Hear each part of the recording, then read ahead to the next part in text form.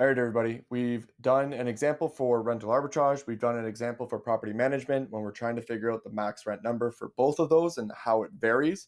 And this is just a quick side-by-side video to show you exactly what we already went through, right?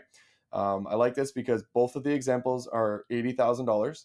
Now, in this one, we're trying to make $20,000 of profit. In this one, now mind you, with this one, we're trying to make $20,000 of profit, but we're willing to take on all the liability.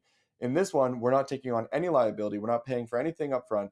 We're making $12,480, but we're not taking on anything. Everything's free. Okay, so it's less money, but there's a lot less risk and higher profit margins. Okay, so you can see clearly now the landlord's going to make $5,000 more. We're going to make $12,000, and if we continue to scroll through this, you can see that the total expenses are very close. You can see that the total number that the landlord is essentially paying out is also very close. There's a slight variance though. But the max rent number does change by almost $200. Okay, so not a huge difference here whatsoever. If you were to find a rental arbitrage home where the rent was a little bit more by $200, that just means you're making $2,400 less. You're not making $20,000, you're just making 1,760. And so yeah, so anyways, I just want to show you can very easily see the difference. There's not a huge difference between this. You technically could use the max rent number from you wanting to make $20,000 of profit over for the max rent number when it comes to rental arbitrage. It just means that the landlord's going to make a little bit less money, but you just got to keep that in mind, and it can vary depending, right? I believe if we were to change this number, let's say 60,000, it's gonna look very different. That was a very close example.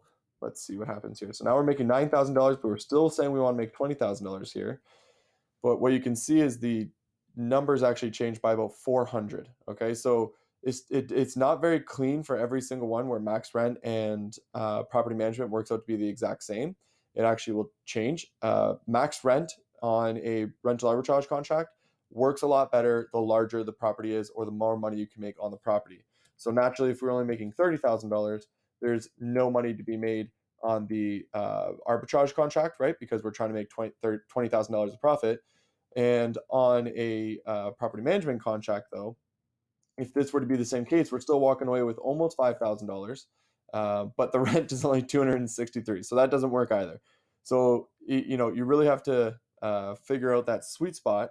Obviously, 80,000 was a really nice spot there to be making money, and the numbers will change quite a bit as you go through. So now we're going to try $100,000 just to see the difference between these two. And once again, we're actually fairly close on the amount of money being made. You can even see here this number has increased slightly, which is nice. This number obviously has stayed the same. So yeah, so this is just like a nice little sheet where you can compare, does this property make more sense as a rental arbitrage, or does this make more sense as a management contract? And you just want to go back and forth until you find that sweet spot to make sure that the landlord's walking away with the best option, but more importantly, so are you. Okay, actually, as importantly, because if the landlord's not winning, you're not winning, right? And you got to make sure that the landlord is getting the best possible option out of this, because that's how you keep those contracts and for a long time, right? The only way to keep a contract for years and years and years is to make sure that the landlord is benefiting just as much as you are. You do all the work, they own the asset. Okay, so anyways, that's to complete this part of the series. I am not making a video about if you're to be purchasing a property, because it's going to be very similar to this as well.